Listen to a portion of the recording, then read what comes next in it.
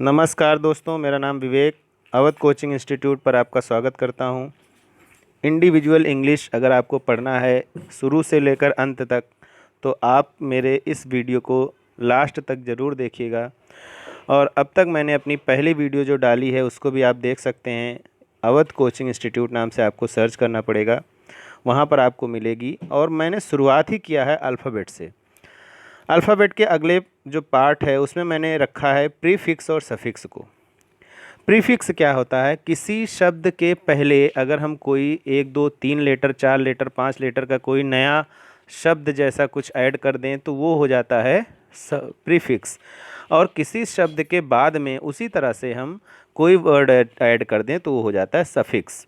तो यहाँ पे उसकी डेफिनेशन भी दी हुई है, लेटर और group of letters that you put at the beginning of a word to change its meaning. अगर आपको किसी वर्ड की मीनिंग चेंज करनी हो तो आप प्रीफिक्स या सफिक्स लगाते हैं। अ लेटर और group of letters that you add at the end of a word.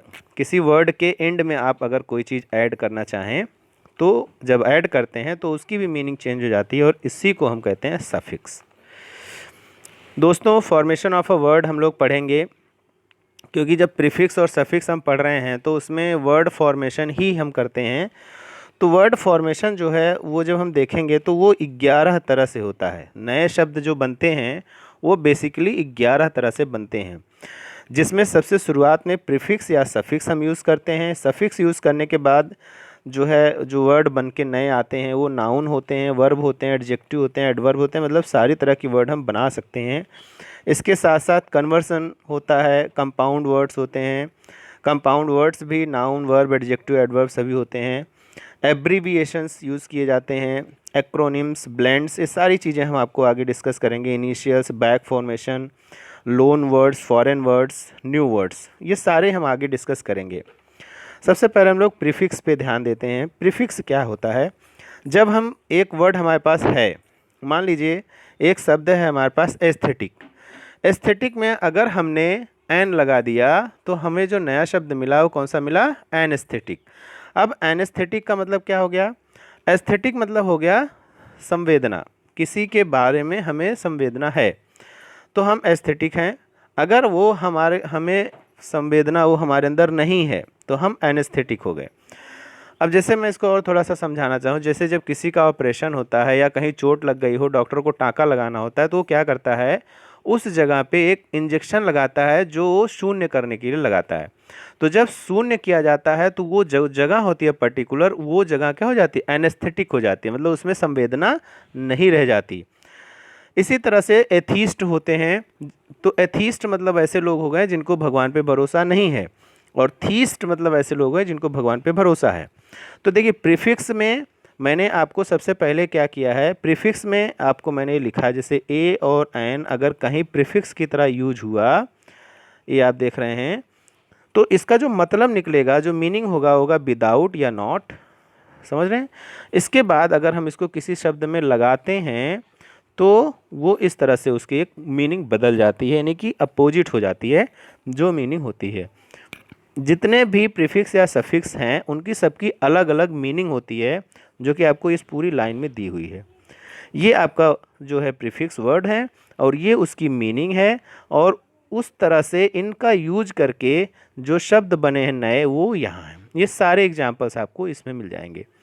तो इस तरह से हम लोगों ने क्या किया है, मैंने कोशिश की है आपको ये चीज़ें समझाने की कि हमारी लाइफ में जब हम नए शब्द देखते हैं तो उसमें प्रीफिक्स का क्या यूज़ होता है।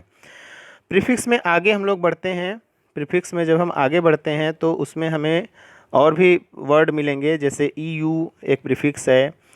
जैसे यहाँ देखो यूलॉजी लिखा है, यूजेनिक्स लिखा है, ई एक्स ना एक्सपोज होता है, ई एक्स ओ एक्सो होता है। एक्सो मतलब क्या हो गया?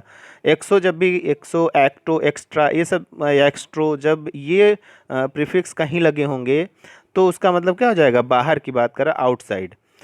जैसे एक्स्ट्रा ऑर्डिनरी एक वर्ड है जो कि हम लोग बहुत ही ज़्यादा फेमस है, अक्सर सुनते हैं। तो ऑर्डिनरी मतलब क्या होता है? ऑर्डिनरी मतलब होता है जो सामान्य आदमी हो ना, जो बहुत वो एक्स्ट्रा, उसमें कुछ भी एक्स्ट्रा नहीं है।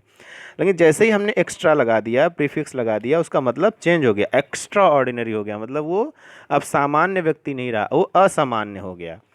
तो इस तरह से हम देखते हैं कि प्रीफिक्स का यूज़ करने के बाद जो शब्द हैं वो नए बनते हैं और उनके मीनिंग जो हैं वो भी बदल जाते हैं। इस तरह से सफिक्स जो प्रीफिक्स है उसमें नॉन है, ओबी, ओ, ओमनी, ओवर, पेरी, पेरी का मतलब अराउंड, पॉली मतलब मेनी, पोस्ट मतलब आफ्टर, प्री लग गया बिफोर, प्रो लग गया फॉरवर्ड।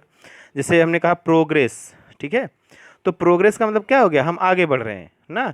और अगर हम लिखे प्रीग्रेस, सपोज कीजिए अगर हमने लिखा, ऐसे लिखा नहीं जाता, लेकिन अगर हमने प्रीग्रेस लिख दिया तो मतलब क्या हो गया? हम पीछे, मतलब आगे आगे नहीं बढ़ रहे हैं। तो इसी तरह से प्री मतलब हो गया बिफोर, प्रो मतलब हो गया फॉरवर्ड, क्वाड मतलब हो गया फोर, जैसे क्वाड्रीप्लेजिक, ठीक है, क्वाड्रेंगल।